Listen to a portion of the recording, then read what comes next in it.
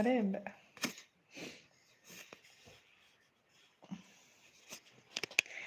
ആർപിച്ചേട്ടാ hi പറയുന്നു. അമ്മു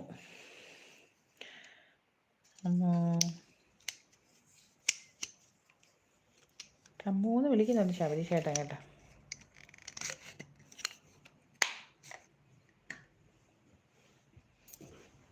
അയ്യപ്പോ സ്വാമിയെ,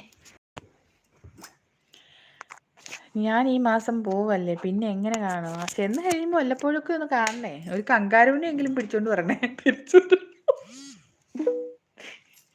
കങ്കാരുവിനെ പ്രത്യേകം അന്വേഷിക്കും. അമ്മേ, കങ്കാരുവിനെ പ്രത്യേകം അന്വേഷിച്ചതായിട്ടും പറയണം. തമ്പുരാനി 12:11 കഴിഞ്ഞു. അമ്മു ഹായ് പറയുന്നു. എൻ്റെ DP നോക്കിയാൽ കാണാം ഈ സുന്ദരൻ. ഈ ഇന്നലെ തൊട്ട് എന്നോട് പറയും ഈ സുന്ദരനെ ഒന്ന് നോക്കാൻ. എനിക്ക് കാണാൻ പറ്റൂല. നോക്കാട്ടോ, ഞാൻ മറ്റേ ഫോണിൽ നോക്കുന്നുണ്ട്. ഞാൻ ഇന്നലെ തൊട്ട് പറയുന്നുണ്ട് സുന്ദരൻ. ഞാൻ ഫോൺ എടുത്തോണ്ട് വരാം.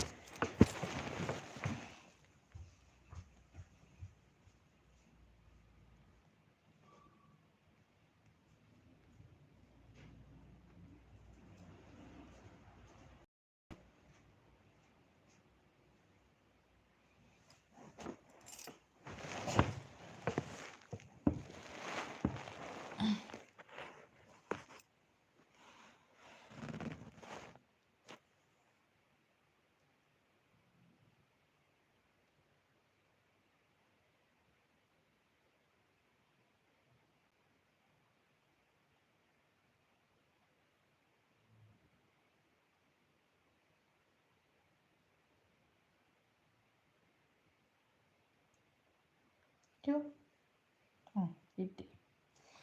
സുന്ദരനെ കാണാം. സുന്ദരനെ. ശബരീഷ് എന്നാ സൂപ്പർ DP. നരയ്ക്കാത്ത ഭാഗം.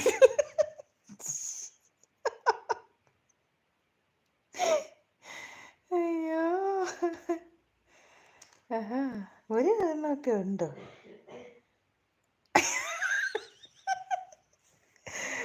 അതെ, ശബരീഷ് ചേട്ടന് സുന്ദരന് ഒട്ടും നിറച്ചിട്ടില്ലേ. എന്നെ കളിയാക്കുന്നതാണ്. അതാണ്ട് കണ്ടു നോക്ക്, എല്ലാരും ഒന്ന് കണ്ടേ.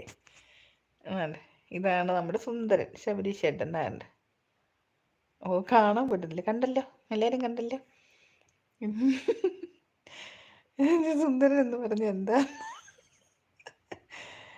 നമ്മ ശബരീഷ് ചേട്ടൻ സുന്ദരൻ തന്നെ കേട്ടോ. പക്ഷെ എന്നെ നരച്ചെന്ന് പറഞ്ഞ് കളിയാക്കേണ്ടി ഞാൻ പറഞ്ഞതേ ഉള്ളൂ. അതല്ല ഞാൻ ഉദ്ദേശിച്ചേ. കങ്കാരുവിനെ ഉത്തരാഖണ്ഡ്. അതെ ആർവി, ഞാൻ അജിത്ത് ഫാനാണ്. അതാ, ഇനി അങ്ങനെ പറഞ്ഞാൽ മതി. അജിത്തിന്റെ ഫാനാണെന്ന് പറഞ്ഞാൽ മതി കേട്ടോ.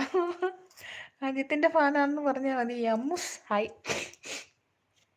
അമ്മൂസ് ഇടയ്ക്കിടയ്ക്ക് വന്ന് ഹായ് പറയുന്നുണ്ടല്ലേ.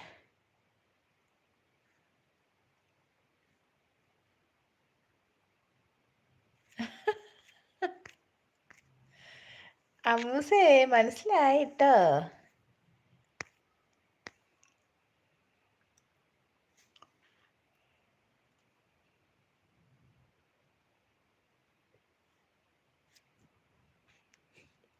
ഓ, അങ്ങനെയാണല്ലേ സുന്ദരിയ.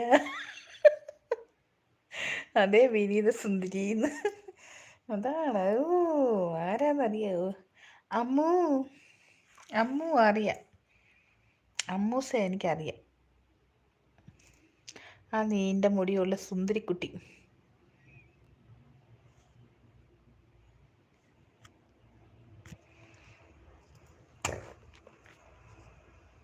അതേ വിനീത സുന്ദരി. ഞാനും നരച്ചതാ ശബരീഷ് ചേട്ടാ.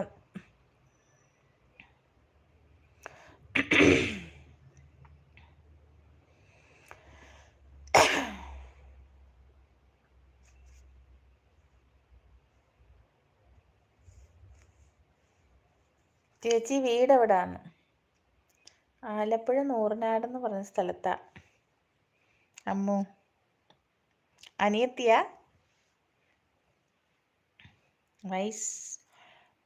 വയസ്സ് എവിടെയോ മുങ്ങി.